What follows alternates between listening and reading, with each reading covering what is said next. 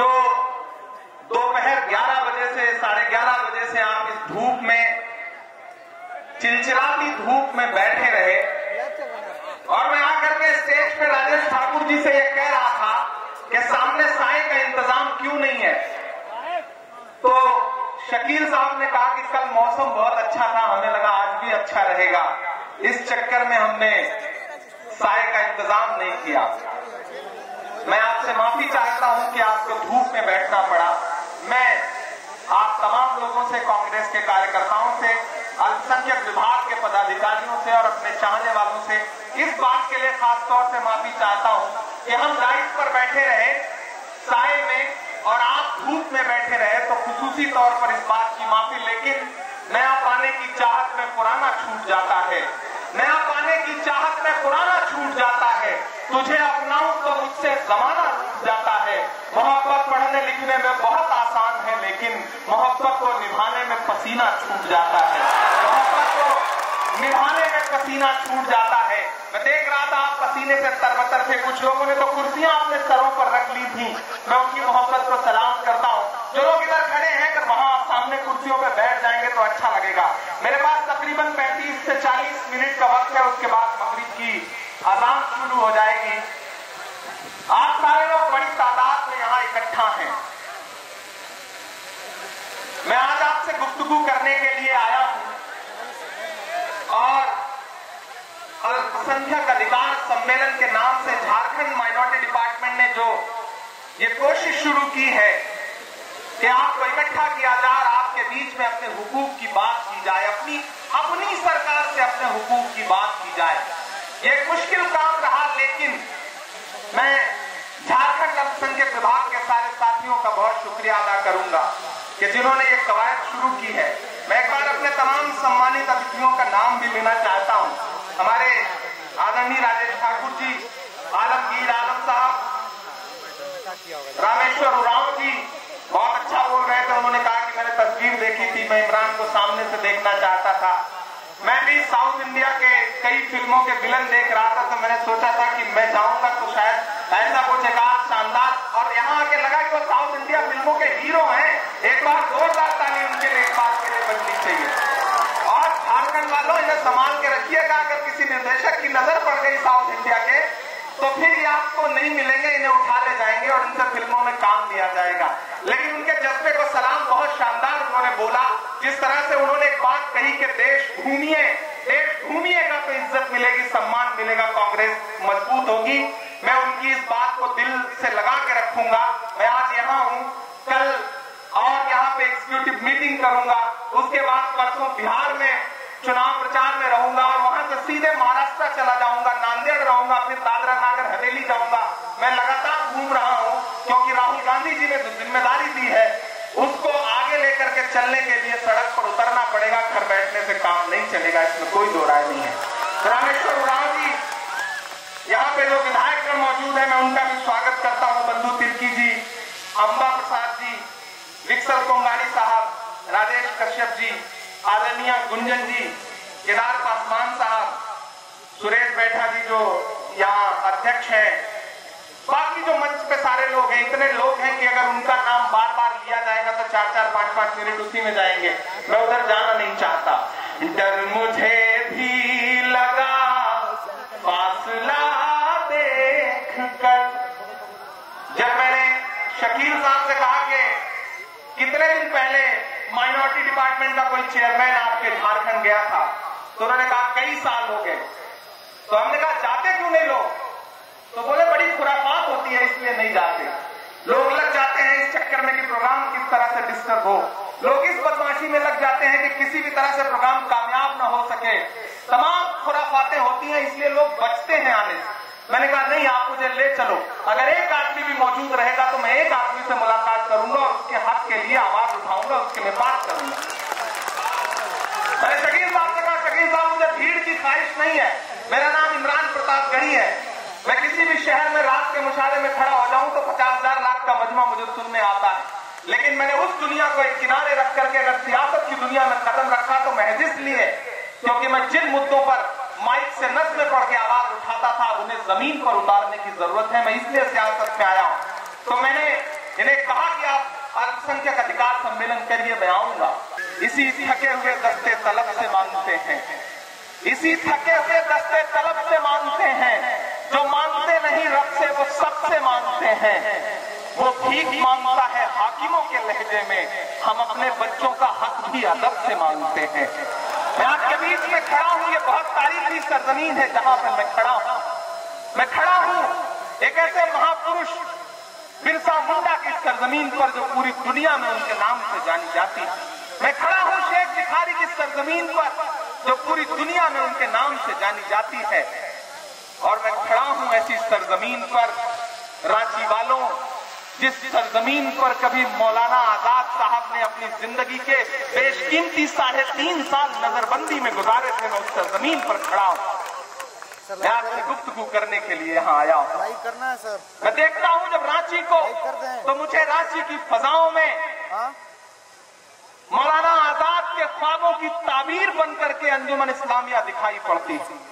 जब मैं देखता हूँ रांची को, तो मुझे यहाँ के मिंबरों से आज भी मौलाना आजाद के दिए गए खुतबों की सदाएं आती हैं। मैं जब देखता हूँ रांची को, तो मैं महसूस करता हूँ कि 1952 में इब्राहिम अंसारी के नाम पर पहली बार यहां से किसी ने इस देश के पार्लियामेंट में आपकी नुमाइंदगी की थी। मैं यहां खड़ा होकर के आपसे गुफ्तगू करते हुए कह रहा हूं, कांग्रेस, लेकिन हालात बदले तो ऐसे बदले कि इसी झारखंड की फिजाओं में हमने मिनहाज अंसारी से लेकर के तबरेज अंसारी तक की चीखें भी सुनी है। मैं खड़ा हूं आपके बीच में, मैं आपसे गुफ्तगू करने आया हूं क्योंकि शहर से मेरा बड़ा गहरा रिश्ता रहा है। मुझे आज भी याद है कि तब मैं सियासत में नहीं था और जामिया में एक मुशायरा था। उस मुशायरे में जब मैं स्टेज पे चढ़ रहा था तो मुझे उसी वक्त खबर आई कि मिनहाज अंसारी की लिंचिंग कर दी गई है। मैंने उस मंच पर खड़े होकर के मिनहाज के लिए सदाएं बुलंद की। बाद में उनके परिवार से मिला और एक बार ऐसा हुआ कि मुझे पता चला कि तबरेज अंसारी को पीट करके मार दिया गया और राजभवन पर कुछ लोग, राज्यपाल की चौखट पर कुछ लोग उनके लिए इंसाफ मांगने के लिए बैठे हैं। मैंने दिल्ली से फ्लाइट पकड़ी और सीधे राजभवन आया, किसी को बताया तक नहीं, खामोशी से जा करके उन इंसाफ मांगने वालों के बीच में एक तख्ती लेकर के मैं भी बैठ गया था। मैं आया हूं कई बार चतरा, गोड्डा, हजारीबाग, मैं गया हूं तबरेज के गांव तक पसीने से तरबतर, इसलिए झारखंड से मेरा रिश्ता है। जब मैं सियासत में नहीं था तब से मेरा आपका एक रिश्ता है, लेकिन आज सियासी मुद्दे को लेकर के आपके बीच में आया हूं। झारखंड वालों, सुबोधकांत सहाय साहब जब बोल रहे थे तो अक़लियतों के साथ जो जुल्म और सितम हुए हैं उसका जिक्र भी उन्होंने किया है। मैं आपसे ये कहना चाहता हूं, एक वक्त था कि भारतीय जनता पार्टी ने झारखंड को मॉब लिंचिंग की प्रयोगशाला बना दिया था, लेकिन मैं झारखंड की बहादुर आवाम को सलाम करता हूं क्योंकि ये मिट्टी बहादुर इंसान पैदा करती है, बुज़दिल नहीं पैदा करती है। तो इस मिट्टी ने रघुवर दास की सरकार को उखाड़ फेंका और गठबंधन ने एक ऐसी सरकार का गठन किया जो इस देश में संविधान और लोकतंत्र के मूल्यों को बचाने के लिए आई है। और मुझे खुशी है ये कहते हुए कि इसमें कोई दो राय नहीं, सरकार अच्छी चल रही है, लेकिन कुछ मसले हैं जिन पर हमें बात तो करनी पड़ेगी, कुछ मसले हैं जिनके लिए हमें चीखना तो पड़ेगा, कुछ मसले ऐसे हैं जिन पर हमें बोलना तो पड़ेगा। झारखंड वालों, मुझे आज भी याद है कि जब बच्चा चोरी के नाम पर एक दिन में 5 लोगों को लिंच किया गया था आपके झारखंड में, जिसमें हिंदू भी थे, मुसलमान भी थे, तो मैं अपने तमाम साथियों के साथ जंतर मंतर पर बैठा था और मैंने बिल्कुल पार्लियामेंट के करीब में खड़े होकर के नरेंद्र मोदी जी से कहा था कि हमारा खून सड़कों पर क्यों बहा रहे हैं? अगर हमारे खून की जरूरत है तो लीजिए, हम अपना खून दान करते हैं, रक्तदान करते हैं, ये सेना के जवानों के काम आएगा, ये देश के किसानों के काम आएगा, इसे सड़कों पर मत बहाइए। और हमने अपने चाहने वालों के साथ एक दिन में एहतजाज के तौर पर, विरोध के तौर पर 2816 यूनिट ड्रिल मॉब लिंचिंग के खिलाफ डोनेट किया था, आपके लिए, आपके हुकूक के लिए। तो मैं ये कह सकता हूं कि मैंने आपके लिए पसीना भी बहाया है, मैंने आपके लिए खून भी दिया है। आज कांग्रेस पार्टी ने मुझे एक बहुत बड़ी जिम्मेदारी दी। मुझे याद है 2017 में जब मैं राहुल जी से मिला तो चंद मुलाकातों के बाद मुझे ये महसूस हुआ कि इस देश में भारतीय जनता पार्टी की फासिस्ट सोच के खिलाफ इस मुल्क को अगर कोई बचा सकता है तो शख्स का नाम सिर्फ और सिर्फ राहुल गांधी है। इसमें कोई दो राय नहीं है। इस बात को आज आप तस्लीम करें या 2, 3, 4 साल बाद मुल्क के और बर्बाद हो जाने के बाद तस्लीम करें, लेकिन इस बात को तस्लीम पूरे मुल्क को करना पड़ेगा कि इस देश को राहुल गांधी के अलावा, कांग्रेस के अलावा कोई नहीं बचा सकता है। क्योंकि भारतीय जनता पार्टी की सरकार जिस दिशा में इस देश को लेकर के जा रही है, आप सारे लोग देख रहे हैं कि हालात कहां से कहां पहुंच गए। आज अभी मैं स्टेज पे बैठा था और ट्विटर पे ट्रेंड कर रहा है कि किस तरह शाहरुख खान के बेटे आर्यन को फंसाने के लिए बाकायदा उगाही करने के लिए उसे अरेस्ट किया गया और अरेस्ट करने के बाद 25 करोड़ रुपए बाकायदा उगाही के मांगे गए थे। अगर वो पैसे दे दिए गए होते तो उसे जेल न भेजा जाता। अभी अभी मैं स्टेज पे बैठा था तो ट्विटर पे यह खबर ट्रेंड कर रही है। आप अंदाजा लगाइए कि एजेंसियों का किस तरह से इस्तेमाल किया जा रहा है। ऐसे में हमें बहुत मुत्तहिद होकर के, बहुत एकजुट होकर के बोलना पड़ेगा, हमें आवाज उठानी पड़ेगी। क्योंकि झारखंड वालों, मां भी बच्चे को दूध तब तक नहीं पिलाती जब तक बच्चा रोता नहीं है। इसलिए आपको अपने लिए बोलना तो पड़ेगा। अगर नहीं बोलेंगे तो ऐसे लोग हैं जो इस मुल्क को एक ऐसी दिशा में ले जा रहे हैं जहां सिर्फ और सिर्फ नफरत रहेगी। मैं उत्तर प्रदेश से आया हूं। हमें तो ऐसे मुख्यमंत्री नसीब हुए हैं जो काम नहीं करते, सिर्फ नाम बदलते हैं। हम एक सुबह सो के उठते हैं तो इलाहाबाद प्रयागराज हो जाता है, जो कि पहले से ही प्रयागराज था। हम एक सुबह उठते हैं तो फैजाबाद फैजाबाद नहीं रह जाता। हम एक सुबह सो करके उठते हैं तो मुगल सराय कुछ और हो जाता है। गरचंद तवारीखी तहरीर बदल दोगे, गरचंद तवारीखी तहरीर बदल दोगे, क्या इससे किसी कौम की तकदीर बदल दोगे? क्या इससे किसी कौम की तकदीर बदल दोगे? जो अक्स उभरता है रसखान की नज्मों में, जो अक्स उभरता है रसखान की नज्मों में, क्या कृष्ण की वो मोहक तस्वीर बदल दोगे? नहीं बदल पाओगे, क्योंकि ये मुल्क बना ही है एक दूसरे से मिल करके। मुझे आज भी याद आता है, मैं रास्ते भर फ्लाइट में सोच रहा था, जब मैं मौलाना आजाद के बारे में बात कर रहा था तो मुझे याद आ रहा था कि एक तरफ 1947 में सरहद के उस पार से खड़े होकर के कोई जिन्ना ये कह रहे थे कि चले आओ इस पार, तुम्हारा मुल्क यहां है। तो इधर जामा मस्जिद की सीढ़ियों पर खड़े होकर के मौलाना आजाद कह रहे थे कि कहां जा रहे हो, यहां तुम्हारे पुरखों की कब्रें हैं, ये मुल्क तुम्हारा है। और हमारे बुजुर्गों ने अपने सरों की गठरियां उतार करके रख दी थी।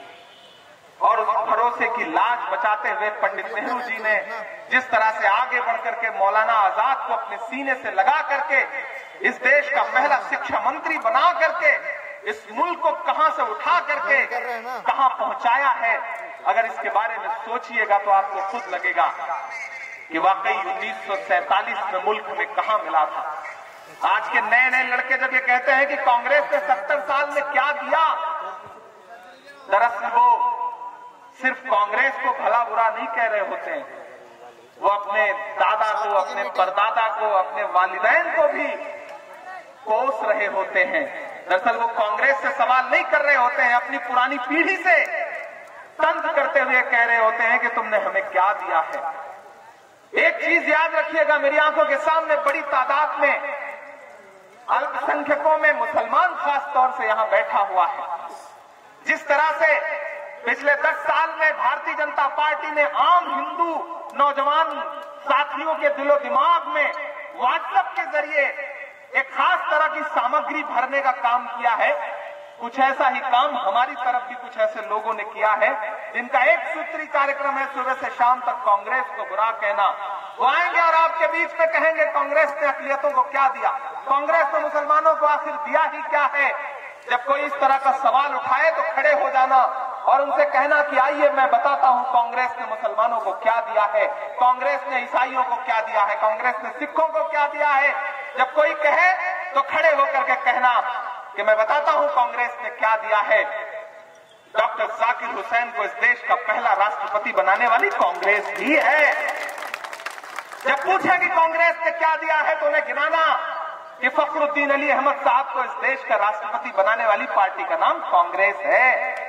जब कोई तुमसे पूछे कि कांग्रेस ने क्या दिया है तो अलग-ऐलान कह देना कि लहू लहू मंजर के बीच में भी मौलाना आजाद साहब को इस मुल्क का पहला शिक्षा मंत्री बनाने वाली पार्टी का नाम कांग्रेस पार्टी है।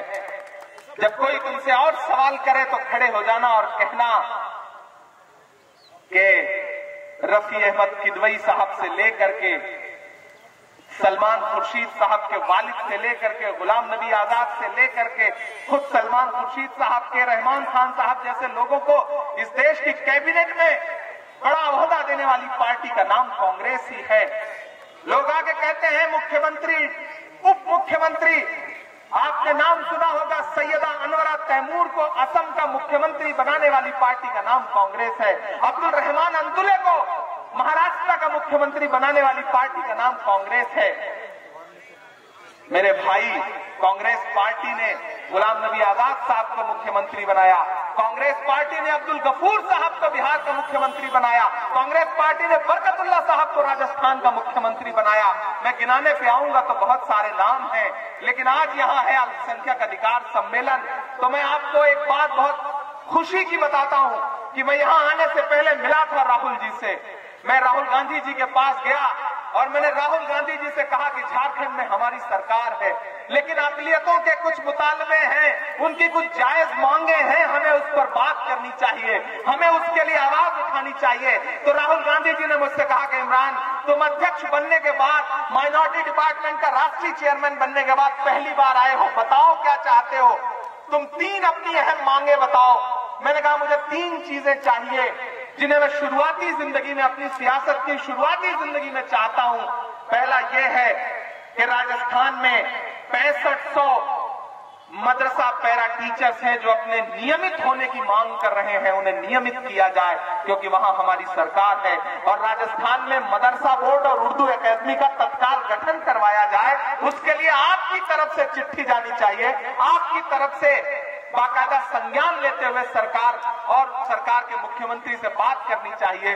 तो मुझे आपको बताते हुए खुशी हो रही है और ये मैं बताने के लिए आपके बीच में आया हूं कि जब मैं, राहुल जी ने मुझसे कहा कि आप उसके लिए एक नोट भेजिए, मैंने नोट भेजा तो राहुल गांधी जी ने उस नोट को फॉरवर्ड किया और मुझसे वादा किया कि इमरान, आने वाले दिनों में झारखंड के अल्पसंख्यकों की ये जो डिमांड है उसे पूरी की जाएगी, ये हम आपसे वादा करते हैं। इसके लिए हमें जिससे बात करनी पड़ेगी हम बात करेंगे। एक जो और अहम बात है झारखंड से, जो सदाएं यहां से भी उठी, हमारे आदरणीय मंत्रियों ने कहा, राजेश ठाकुर जी ने कहा कि यहाँ पे मॉब लिंचिंग के खिलाफ कड़े कानून की जरूरत है। इसमें कोई दो राय नहीं, ये कांग्रेस के घोषणा पत्र में शामिल रहा है कि मॉब लिंचिंग के खिलाफ कांग्रेस हर जगह जहां उसकी सरकारें रहेंगी कड़ा कानून बनवाएगी। और मुझे झारखंड के मुख्यमंत्री महोदय से पूरी उम्मीद है, क्योंकि वो खुद ऐसे समाज से आते हैं जो सदियों से पीड़ित रहा है, जो सदियों से दंश झेलता रहा है सामंतवाद का, पूंजीपतियों का। तो मुझे पूरी उम्मीद है कि हमारे मुख्यमंत्री हेमंत सोरेन साहब लिंचिंग के खिलाफ एक ऐसा कड़ा कानून लेकर के आएंगे और आलमगीर आलम साहब, राजेश ठाकुर जी, सुबोध कांत सहाय जी, रामेश्वर उरांव साहब इसमें नुमाइंदगी करते हुए, उनके सामने बात रखते हुए, उनसे मनवाने के लिए वजिद होकर के इस काम को करवाएंगे। और मैं चाहता हूं एक बार आप जोरदार ताली बजा करके समर्थन भी करें इस बात का कि झारखंड एक नजीर बने, झारखंड से एक संदेशा जाए पूरे देश में, उसके बाद ताकि हम पूरे देश में कह सकें कि जब हमने अल्पसंख्यक अधिकार सम्मेलन आयोजित किया और हमने अपनी मांगे रखी तो सरकार और माननीय मुख्यमंत्री जी ने हमारी बातों को संजीदगी से लिया। झारखंड वालों, वक्त बहुत सारा कम है, क्योंकि मैं भी सुबह से इस इंतजार में था कि आऊं और आपसे गुफ्तगू करूं, लेकिन मंच के अपने आदाब हुआ करते हैं और मंच के आदाब मानने पड़ते हैं। बहुत सारे ऐसे मुद्दे हैं जिन पे बात करने की जरूरत है। मुल्क एक बहुत बुरे दौर से गुजर रहा है। मैं आपके सामने, मैं नई नस्लों की नुमाइंदगी करते हुए अपने नौजवान साथियों से गुजारिश कर रहा हूं कि मेरे भाई, सियासत में हिस्सेदारी लेना सीखिए। सियासत में सिर्फ सरकारें बदल देने का मतलब सियासत में हिस्सेदारी नहीं होती है। सियासत में सरकार बदल जाने के बाद भी, अपनी सरकार आ जाने के बाद भी लगातार आवाज उठानी पड़ती है। और जो ये सोचते हैं कि वो हमें डराएंगे, वो भारतीय जनता पार्टी की फासिस्ट सोच जो ये सोचती है कि हमारी सरकारों को दरबदर कर देगी, तितर बितर कर देगी और हमें डरा देगी, हमें उसके सामने भी मुसलसल आवाज उठाते हुए ये कहना है कि वक्त के हाकिमों बादशाहों सुनो, जुल्म की फौज के सरबराहों सुनो, कातिलों के सभी खैरखाहों सुनो, ऐ सियासत के मगरूर शाहों सुनो, मत समझना डराने से डर जाएंगे।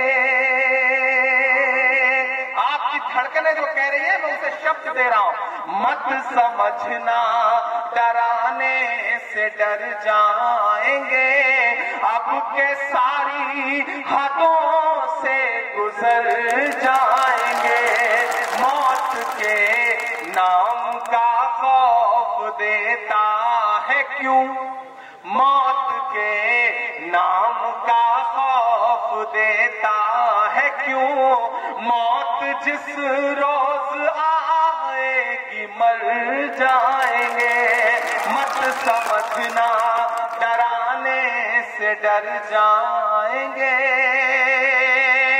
हिंद के नौजवानों के दुश्मन हो तुम, आरती और अजानों के दुश्मन हो तुम। मैं पहुंचाता हूं दिल्ली तक इन मिसरों को कि हिंद के नौजवानों के दुश्मन हो तुम, आरती और अजानों के दुश्मन हो तुम। पहले तो हिंदू मुस्लिम के दुश्मन थे, पर आजकल तो किसानों के दुश्मन हो तुम। लेकिन अब जो सच्ची बात कह रहा हूं उस पर मुहर लगाना कि अन्नदाता से उलझे हैं इस बार ये, अन्नदाता से उलझे हैं इस बार ये, मोदिया शाह हो सब सुधर जाएंगे, मत समझना डराने से डर जाएंगे, अब के सारी हदों से गुजर जाएंगे। कांग्रेस की जो तहजीब है वो कितनी खूबसूरत तहजीब है। एक तरफ राजेश भाई बैठे हैं, एक तरफ इमरान बैठे हों, एक तरफ रामेश्वर उरांव बैठे और एक तरफ आलमगीर आलम बैठे। यही तो हिंदुस्तान है जिसका ख्वाब मौलाना आजाद और पंडित नेहरू देखा करते थे। इसी से डरती है भाजपा। आप कभी ये मत सोचना कि बहुत बड़ी जम्मे गफीर इकट्ठा करके और गयूर मुसलमानों कह देने भर से भाजपा डरती है। नहीं, भाजपा डरती है ऐसी तस्वीरों से जहां हिंदू मुस्लिम सिख ईसाई एकजुट होकर के बैठते हैं। इससे खूबसूरत मंच क्या हो सकता है। ईसाई समाज की नुमाइंदगी करते हुए बंधु भाई बैठे हैं, हमारे दूसरे विधायक बैठे हुए हैं, हिंदू धर्म की नुमाइंदगी करते हुए बाकी साथी बैठे हैं, मुस्लिम धर्म के लोग बैठे हैं, हमारे सरदार भाई बैठे हैं, हमारे जैन भाई बैठे हैं। ये है असली हिंदुस्तान जिसका ख्वाब देखा था महात्मा गांधी जी ने। मैं गांधी मैदान पर यादों में खड़ा होकर के ये कह रहा हूं कि हमने समसम दिया वे गंगा दिया। तो लोग कहते हैं कांग्रेस ने क्या दिया, हमने समसम दिया वे गंगा दिया, तुमने भारत को दंगा ही दंगा दिया।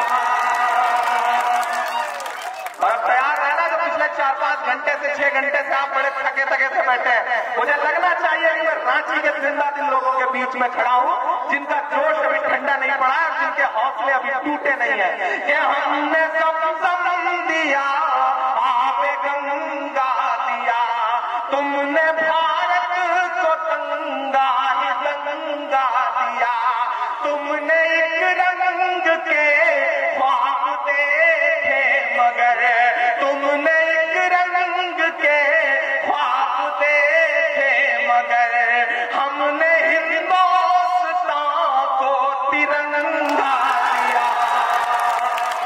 ये तिरंगा बदन पर लपेटे हुए, ये तिरंगा बदन पर लपेटे हुए एक दिन इस जमीन में उतर जाएंगे। मत समझना डराने से डर जाएंगे, अब के सारी हदों से गुजर जाएंगे। रांची वालों और रांची के तरफ से जो लोग आए, यहाँ करीम अंसारी साहब हैं धनबाद से, बड़ी तादाद में अपने साथियों के साथ आए, मैं उनका भी खैर मकदम करता हूँ। मेरे भाई, ये दौर ऐसा है, एक तरफ किसान सरहद पर बैठा है, दिल्ली की सरहद पर, पिछले 10 महीने से ज्यादा हो गए आंदोलन चल रहा है। एक दिन मीडिया के साथियों ने मुझसे कहा कि आप क्या कहना चाहेंगे इस पर। मैंने कहा 400 से ज्यादा मौतें हो चुकी हैं, नरेंद्र मोदी जी बताएं और कितनी मौतों के बाद वो तैयार हो जाएंगे इस काले कानून को वापस लेने के लिए। तुझको कितनों का लहू चाहिए अर्ज़े वतन, कितनी आहों से कलेजा तेरा ठंडा होगा। नरेंद्र मोदी जी बता दें कि वो अंबानी अडानी के साथ खड़े हैं या किसानों के साथ खड़े हैं, लेकिन जिस तरह से लखीमपुर में किसानों पर गाड़ियां चढ़ा करके उन्हें कुचला गया और जिस तरह से आदरणीय प्रियंका गांधी जी ने पूरी रात उन किसानों के लिए संघर्ष करते हुए उन तक पहुंचने के लिए जेल तक जाना कबूल कर लिया, लेकिन उनके कदम रुके नहीं। उस दिन ऐसा लग रहा था कि लखनऊ से लखीमपुर की सड़कों पर प्रियंका गांधी नहीं बल्कि इंदिरा गांधी जी चल रही थी। ऐसे वक्त में इस मुल्क में सिर्फ और सिर्फ कांग्रेस है जो आपके हुकूक के लिए लड़ सकती है, आपके हक के लिए लड़ सकती है। मेरे भाई, हो सकता है छोटी छोटी शिकायतें हों, लेकिन मैं माइनॉरिटी डिपार्टमेंट के चीफ की हैसियत से यहाँ खड़ा होकर आपसे कह रहा हूँ कि मुझे माइनॉरिटी डिपार्टमेंट का राष्ट्रीय अध्यक्ष बना करके राहुल गांधी जी ने, सोनिया जी ने, प्रियंका जी ने एक संदेशा आपको दिया है कि तुम्हारी आवाज को हमने AICC में बिठा दिया है, इससे काम लेना है तो काम लो, हमने तुम्हारी आवाज को ताकत दे दी है। अब अगर आप मेरे साथ खड़े हो जाएंगे, मैं आज अभी यहाँ पे राजेश जी से कह रहा था कि आखिरी सम्मेलन नहीं होगा, हम झारखंड के एक एक जिले तक चलेंगे, एक एक मंडल तक जाएंगे, प्रमंडल तक जाएंगे, लोगों से संवाद करेंगे, लोगों से बात करेंगे, उन्हें बताएंगे कि खतरा कितना बड़ा है, उन्हें बताएंगे कि मुल्क फासिस्ट ताकतों के हाथ में किस तरह से जा रहा है। इसे वापस लाने के लिए हमें एकजुट होने की जरूरत है, हमें मुत्तहिद होना पड़ेगा कांग्रेस के साथ।